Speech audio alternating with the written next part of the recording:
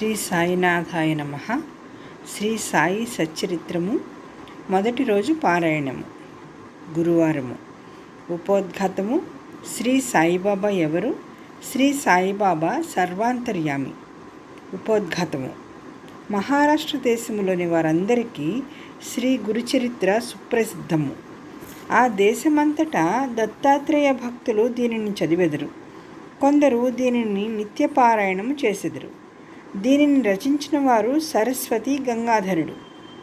ఇందులో శ్రీపాద శ్రీవల్లభ స్వామి యొక్కయు శ్రీ నరసింహ సరస్వతి స్వామి యొక్కయు లీలలను విచిత్ర చర్యలను వర్ణింపబడి ఉన్నవి.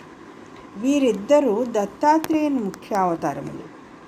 ప్రముఖ మరాఠీ గ్రంథకర్తయగు ఎల్ఆర్ పాంగార్కర్ అభిప్రాయం ప్రకారం ఈ రెండు అవతారములు 14-15 శతాబ్దములలో వెలిసెను.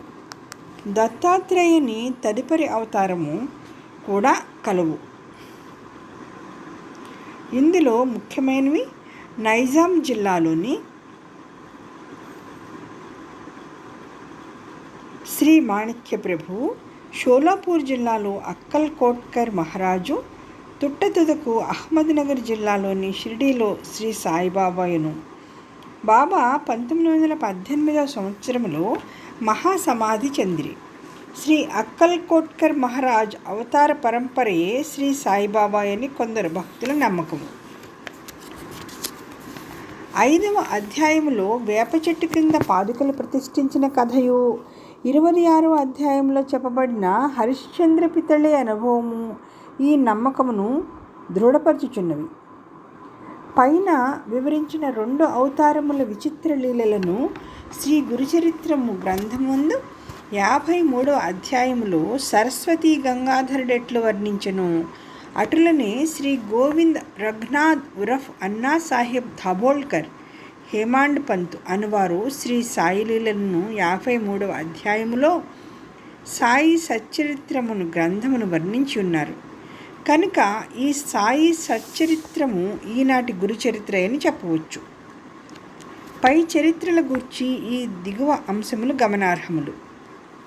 శ్రీ గురుచరిత్రను వ్రాసిన వారు కన్నడము వారు కాబట్టి వారికి మరాఠీ భాష బాగుగా తెలియకుండెను. అయినప్పటికీ వారి ఇష్టదైవము యొక్క ఆశీర్వాదము వల్ల మరాఠీ భాషలో ప్రసిద్ధికెక్కిన గొప్ప గ్రంథమును వారు వ్రాయగలిగిరి. శ్రీ సాయి సచ్చరిత్రము యొక్క గ్రంథకర్త సుప్రసిద్ధ మరాఠీ వారు మహారాష్ట్ర దేశంలోని అనేక యోగుల చరిత్రలను చదివి ఉన్నారు.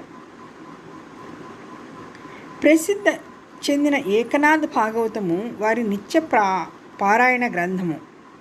శ్రీ సాయి సచ్చరిత్రమును జాగ్రత్తగా చదివినచో ఏకనాథ్ భాగవతంలోని పెక్కు విషయములు శ్రీ సాయి సచ్చరిత్రములో పొందుపరచబడి ఉండుట చూడగలరు.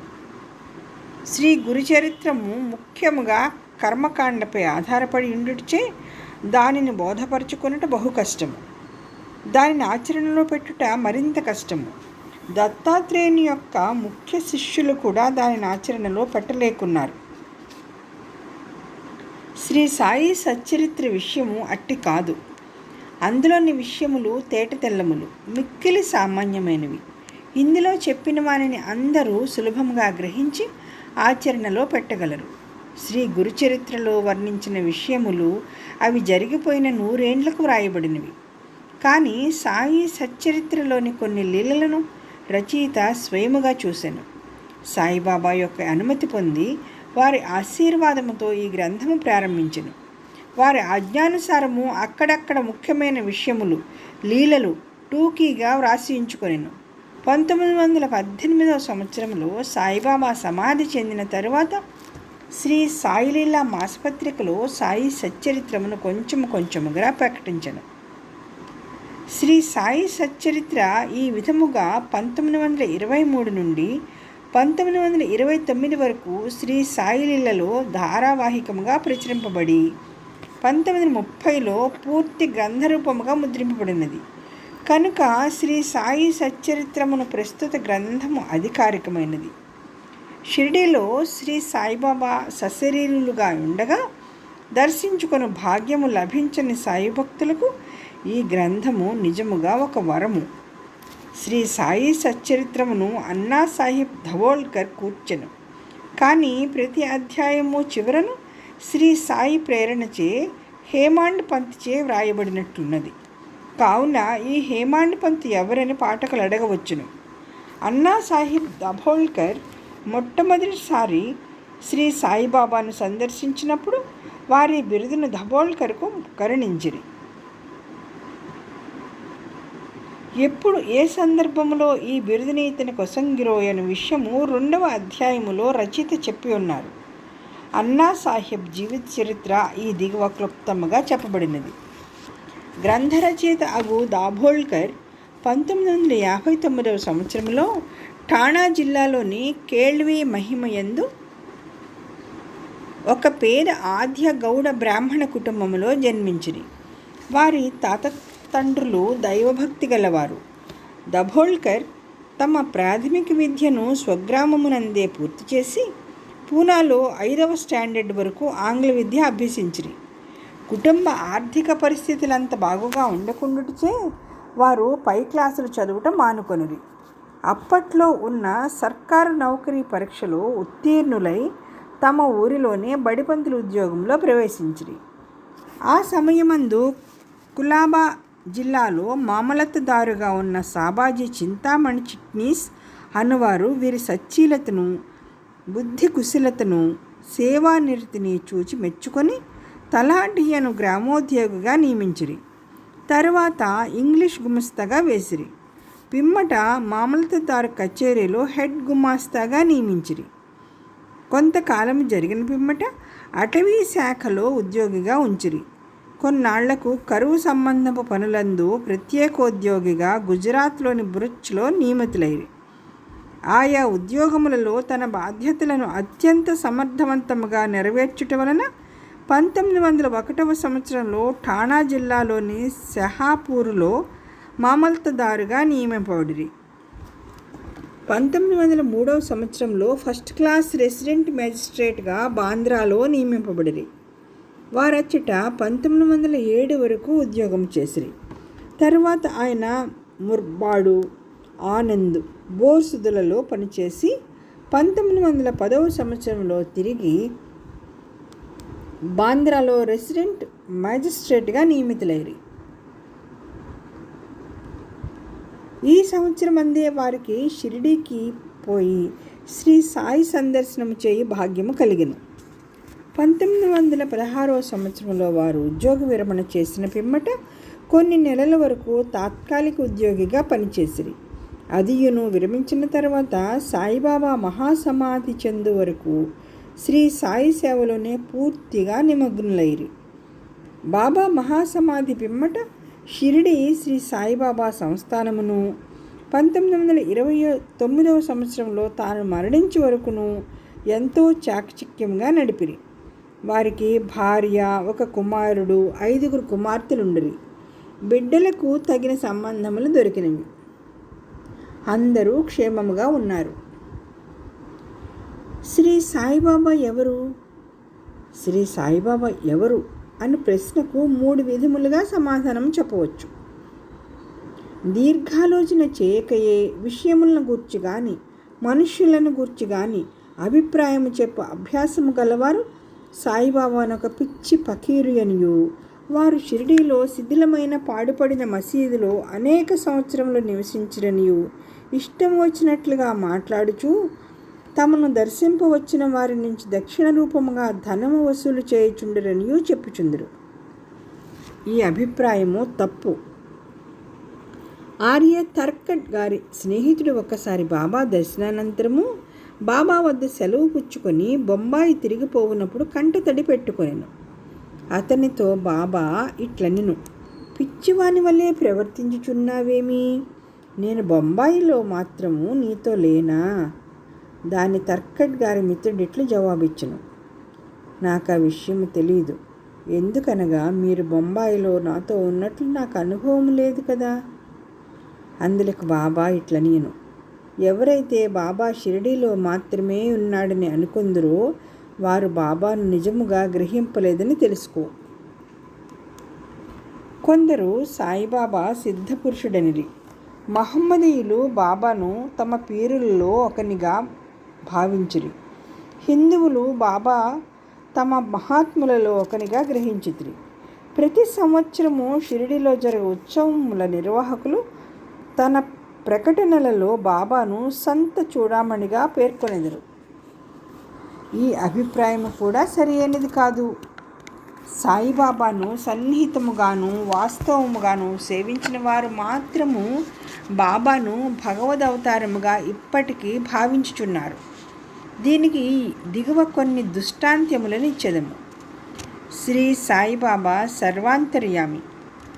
బివి నరసింహస్వామి గారు రచించిన బాబా సూత్రములు పలుకులు అను గ్రంథమునకు పీఠికలో ఇండోర్ హైకోర్టు జడ్జి గారు ఎంబి రేగే గారు ఇట్లా రాసి ఉన్నారు. బాబా సశరీరులుగా ఉన్నప్పుడు వారొక రూపుదాల్చిన భగవత్స్వరూపముగా తమ భక్తులకు బాసిల్లుతూ తమ లీలా ప్రబోధాల ద్వారా సాధకుల మార్గమును ప్రకాశింపచేయుచుండెడివారు. వారి అస్వరమైన దేహము మాయమైపోయినది కానీ దానిలో అప్పుడుండిన బాబా మాత్రము ఇప్పటికీ అనంత శక్తి వలె నిలిచి వారు సమాధి చెందకముందు భక్తులకు తోడ్పడినట్లే ఇప్పటికి వారిని ఆశ్రయించు అసంఖ్యాక భక్తులకు నిశ్శబ్దంగా సహాయపడుచున్నారు. శ్రీ బివి నరసింహస్వామి గారు రచించిన భక్తుల అనుభవములు అను పుస్తకములోని మొదటి పేజీలో ఉత్తర భారతదేశంలోనున్న ఒక హైకోర్టు జడ్జి గారు ఇట్లు రాసి ఉన్నారు. నేను సాయిబాబాను సృష్టి స్థితిలయ కారకుడిగా భావించదును. 1918 సంవత్సరంలో వారు సమాధి చెందక ముందు నేను ఇట్లు భావించదుని. ఇప్పటికీ నేను అట్లే భావించుచున్నాను.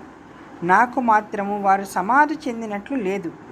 నా దృష్టిలో వారు అన్ని పరిమితులకు అతీతులు. వారు మా మధ్య ఉన్నప్పుడు వారి మానవ శరీరము మా కనుల ముందు సంచరించుచుండును. ఒక్కొక్కప్పుడు అది మా దృష్టిని విశేషముగా ఆకర్షించేది. కానీ ఎక్కువ భాగం మా ఎరుకలో నిలిచినది మాత్రము వారి అనంత తత్వమే. శాశ్వతము అశాశ్వతముల అద్భుత సమ్మేళన రూపమైన యొక్క మానసిక ప్రతిబింబము వలె వారు మాకు భాషించేవారు. అశాశ్వతమైన తమ మానవ దేహము ఒక్కొక్కప్పుడు మా ముందర తళుకుమని మెరిపించేవారు.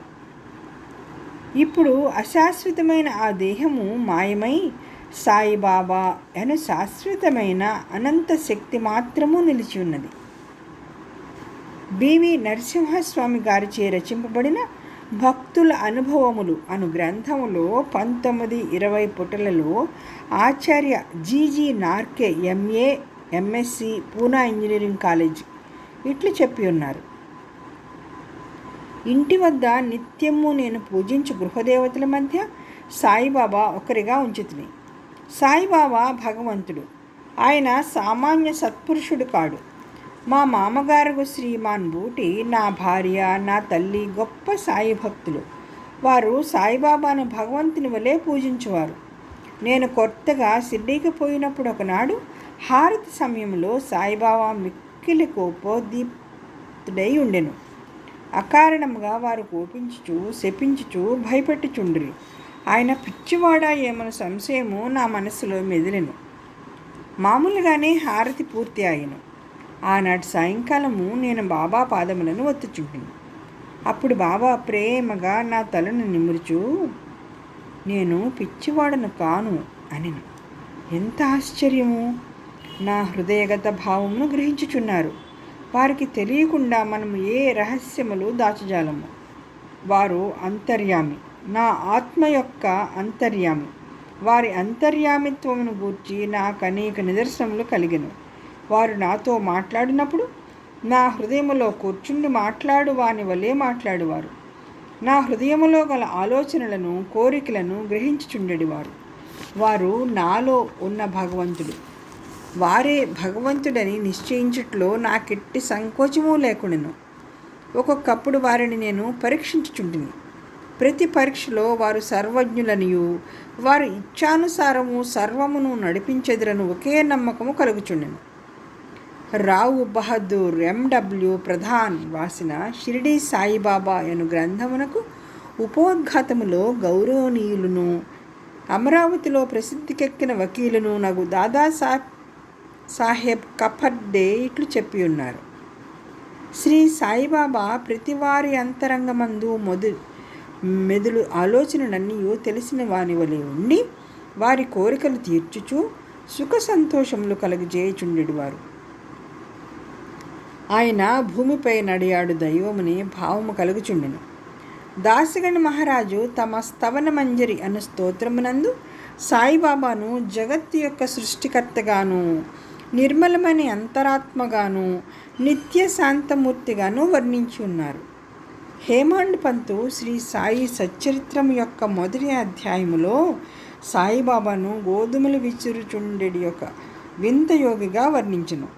కానీ రాను రాను బాబాతో సన్బంధములు పెరిగిన కొలది బాబాను భగవంతుడనియు సాక్షాత్ పరబ్రహ్మ స్వరూపుడనియు చెప్పి ఉన్నారు. షిరిడీ భక్తులందరూ, ముఖ్యముగా మాధవరావు దేశపాండే ఉరఫ్ శ్యామాయన్ వారు బాబాకు మిక్కిలి భక్తులు. వచ్చిన భక్తులందరితో కలిసిమెలిసి తిరుగుతారు. ఆయన ఎల్లప్పుడూ బాబాను దేవా అని సంబోధించును. ఈ భక్తులందరి అభిప్రాయములు అవతరించి వారు చెప్పిన దానిలోని యథార్థమును గ్రహించి శ్రీ సాయి అవతార పురుషుడని భావించదముగాక. ఉపనిషద్ద్రష్టలైన మన పూర్వరుషులు భగవంతుడు సర్వాంతర్యామి అను సత్యమును దర్శించిరి. బృహదారణ్యక, చాంద్యోగ, కఠ, శ్వేతాశ్వేతర ఉపనిషత్తులు జీవకోటితో సహా సర్వ వస్తు సముదాయమైన ప్రకృతి అంతయు భగవంతుని రచనమనియు, అది ఎంతయు అంతర్యామిచే అనగా సర్వమును సృష్టించి పాలించడి భగవంతునిచే వ్యాపింపబడి ఉన్నదనియు ఒక్కాణించుచున్నది. ఈ సిద్ధాంతమును నిరూపణ చేయుటకు తగిన ఉదాహరణము శ్రీ సాయియే. ఈ శ్రీ సాయి సచ్చరిత్రమును, సాయిబాబాకు సంబంధించిన ఇతర గ్రంథములను చదివిన వారు తప్పక ఈ సత్యమును గ్రహించి యథార్థమైన శ్రీ సాయిని దర్శించగలరు.